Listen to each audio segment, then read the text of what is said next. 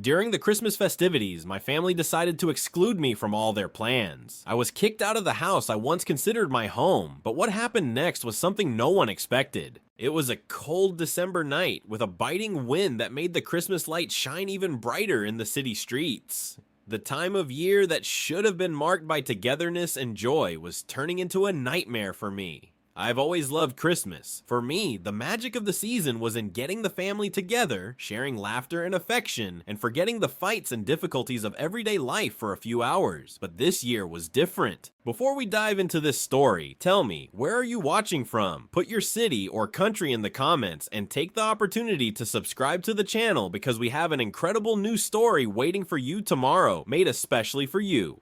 I had just gone through a difficult phase in my life. My wife and I had recently separated, and the stress at work seemed never ending. My children, whom I rarely saw, were starting to distance themselves from me. I knew that recovery would be a long process, but Christmas was supposed to be my refuge, an opportunity to try to start over, to rebuild the bonds that had worn thin. I got ready to spend the evening with my family, as we always did, but this year there was something strange in the air. I felt that things weren't right. My siblings, with whom I had always had a good relationship, were more distant. My conversations with my parents became shorter, and I noticed an uncomfortable silence when I got home, but nothing prepared me for what happened that night. On Christmas Eve, I got home early. I wanted to surprise my family, to bring a little joy to everyone. I had a special gift for each of them, something I had thought about carefully, and I even prepared a meal. I wanted it to be a night like the ones we used to have, when we all gathered around the table, laughed, and celebrated together. When I walked in the door, the house was quieter than I expected. The Christmas tree was up, the lights were twinkling, but there was a palpable tension in the air. My mother was in the kitchen, my sister was sitting on the couch, fiddling with her cell phone, and my father was absorbed in the television. They didn't even bother to greet me with their usual warmth. I went to the kitchen, where my mother was, trying to strike up a conversation. She seemed distant. Something told me she was trying to avoid a subject, but I didn't know what it was. When I asked her if she was okay, she replied with a forced smile and told me that dinner would be ready soon. I persisted, trying to make the evening seem more normal, asking if everyone was excited for the gift exchange. That's when she told me, barely looking me in the eye, "You're not staying, son. We've already made arrangements. Everything is ready for everyone, and it's better if you don't stay here. I don't want this anymore." I stood there for a moment, trying to process what she had just said. "What?"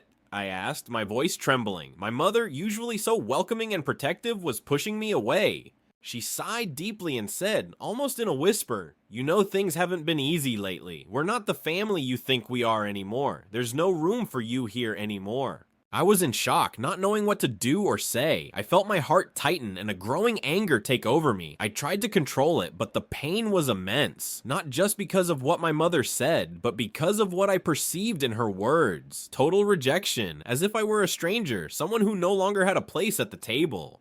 Trying to process the situation, I left the kitchen and headed for the living room. That's when everything got worse. My brothers were there, and my father, who seemed to have become quieter in recent months, now stared at me with an expression I couldn't understand. The silence that enveloped us was deafening. Trying to understand what was happening, I asked them directly, "Why are you doing this to me? What happened that was so serious?" It was my sister who answered, but her words hit me like a punch in the chest. "You've distanced yourself from everyone, always living in your own world. You haven't been part of our lives for months, and you don't even seem to care. And now you want to sit with us as if nothing has happened. It's not going to be like that." Her words echoed in my mind. It wasn't just the recent estrangement. It seemed like there was something much deeper that I wasn't seeing. Maybe I had been absent. Maybe I had been selfish. Maybe I had lost myself in my own pain and frustration. But that was too much. It was an accusation I didn't know how to fight. And in that moment, a feeling of helplessness washed over me. I began to question all the choices I had made in my life. Maybe, yes, I had distanced myself from the people I loved most. Maybe I had prioritized my work, my ego, my own needs above the people who had always been there for me. But why hadn't they told me this before? Why had they waited until Christmas, a time of togetherness, to give me this ultimatum? And that's when my father, who had been silent until then, spoke.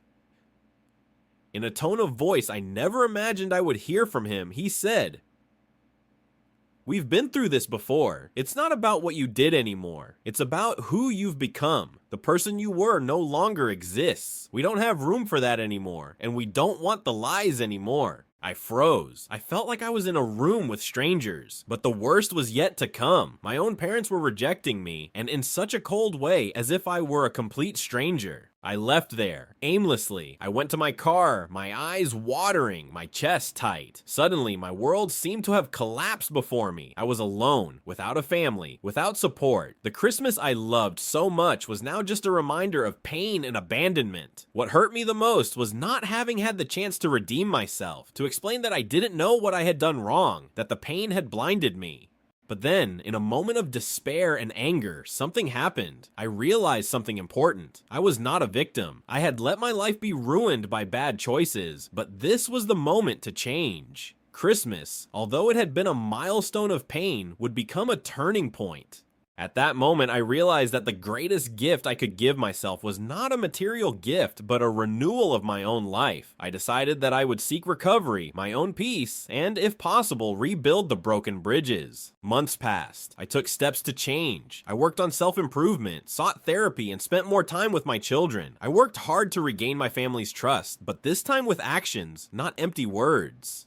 And then, a year later, on Christmas Day, I was surprised. My mother called me saying she wanted to talk. She invited me to spend Christmas with the family again. I knew it wouldn't be easy, that the road would be long, but this invitation was a chance for redemption, not just for me, but for all of us. When I arrived at their house, the looks were different. There was no longer the weight of accusation, but rather a silent hope. The tension had eased, and deep down, everyone was hoping that I would be able to rebuild what I had destroyed.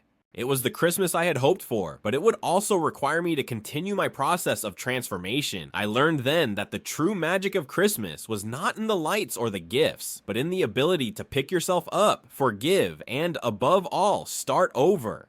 That was the story of how a Christmas that began marked by rejection and pain ended up becoming a milestone of renewal and hope. But now I want to hear from you. What do you think of this journey of transformation? Do you believe we can redeem ourselves even after big mistakes? Leave your opinion in the comments. And if this story touched you, share it with someone who needs to hear this message of overcoming and forgiveness. And of course, subscribe to the channel for more inspiring stories of resilience and renewal. Want more inspiration? Click on one of the videos appearing on the screen and continue your journey of transformation with more stories that will move you. See you in the next video.